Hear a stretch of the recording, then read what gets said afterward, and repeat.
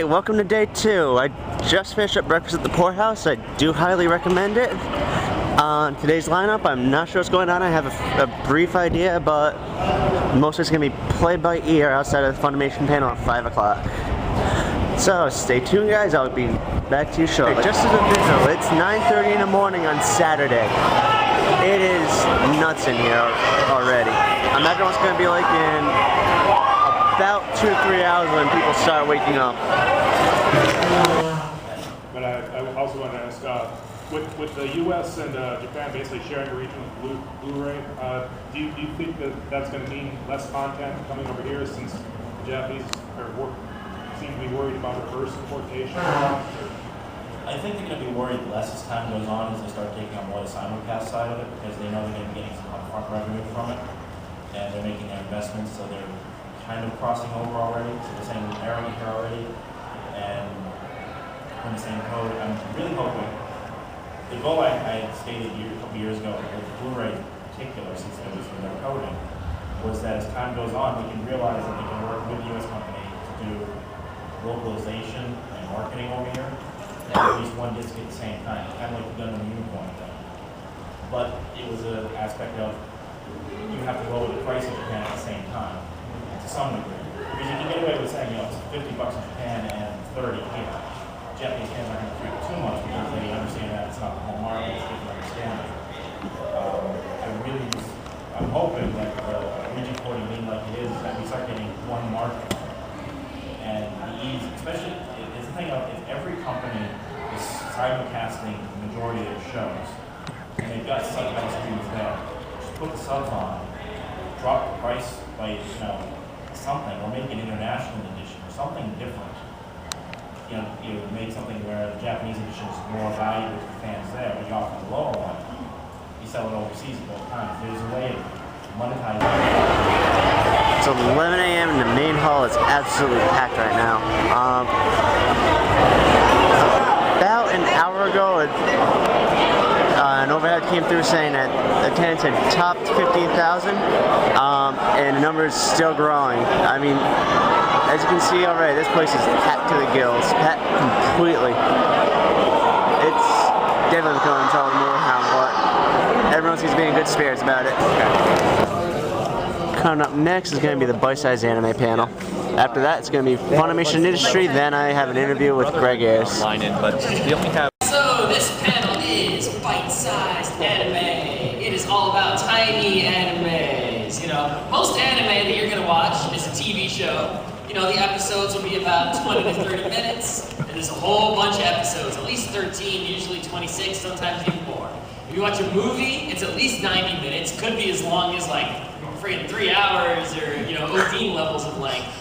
You can watch an OAV, but even those would be multiple episodes on a disc, right? What if you just need to watch an anime on your lunch break? You can't really get away with that, right? It's gonna be, you're gonna be sitting there like, hey, get back to work. Oh no, the show's not over. I can't quit now. I gotta get to the closer. I think more importantly, these shows, a short show like this, the Scott Spot we're going to talk about, they're not commonly, just recently some of them brought over, but many of them just don't get translated. They're not the kind of show that an anime company's going to pick up and release on a DVD. The other thing is that these shows happen to be really great for entertaining crowds. If you have an anime club, it's like a good warm-up anime. It's like, hey, let's watch something that's only 5 minutes long to sort of get in the mood. So we actually the way we can do this to make things better and easier is talk with us. We don't want to talk at you. We want to talk with you. We want to have a conversation with all of you, one at a time, or 400 at a time. All right, let's move on to something new. How about Spice and Wolf 2? I get asked this question 3 times today already. Are you going to get more Spice and Wolf? I'm like, yes, we are. Who doesn't love Moe Economics? It is one of those shows you start watching. You're like, I don't know why I'm watching this. It's just like C-SPAN with furries. But then you keep watching one and another and another and another. Next thing you know, you're into like episode 11. And I'm like, I might as well keep finishing this. So it's got that charm to it that I honestly cannot explain, but it's really good and it's doing quite well for us. So thank you guys for picking it up. We are very, very happy to have it. All right. How about a little License Rescue from Chill Bits? Yeah, yes, another wonderful, wonderful Clamp series. A classic one that's been out of print for way, way too long, and we were happy to have this back in. It's just a beautiful series. We'll have the complete thing again coming soon. So stay tuned for updates on that one. And I think I should have one more on here. Yes, I do. How about the Eden the East movies? People have been asking, you've got the series, what about all the movies? Well, I can happily say now, we have all the movies. So it's a wonderful, wonderful thing. If you haven't checked out Eden the East yet, we're gonna bring it out. It's an amazing little show. And with a little more information, luckily in the audience here, I have the brand manager for Eden East with a little bit more. Charlene Ingram, you wanna come on up and everyone give her a round of applause. You wanna share with them a little knowledge? Hey guys, yeah, Eden and East. I love this show so much. I feel so fortunate to be working on it. And we have all been working so hard on it. And I have something that I teared up a little when we were able to make this happen because we all. If any of you are familiar with a little movie called Sita Sings the Blues, you know a thing or two about music rights and how difficult they are. Well, I am super thrilled to announce that the original opening as aired in Japan will be included on our release of the TV series.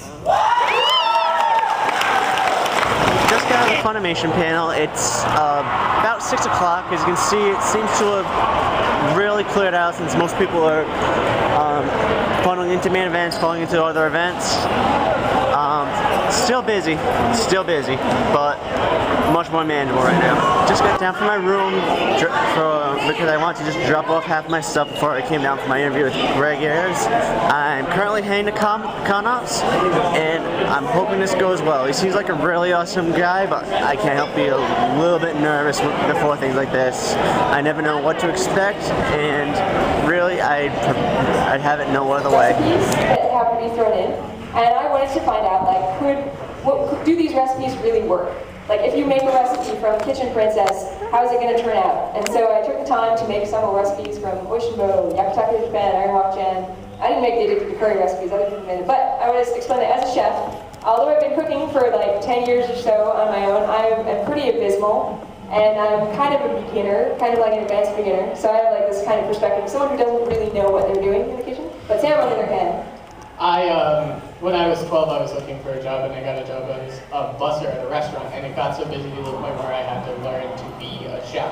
So for about 4 to 5 years, I was a chef at a restaurant, and so I know my way around the kitchen. I certainly don't have much experience cooking Asian food, or as much experience. yeah, so, and then this is my husband, Noah. He tasted some of the recipes and might chime in. I ate the food. He might chime in from time to time to like, tell us what it was like. One of the big concerns in these recipes that I meant to include in the panel and kind of have it was like how difficult the ingredients are to find. Like, can you find them at your corner supermarket, or do you have to go to the Asian specialty store to get them?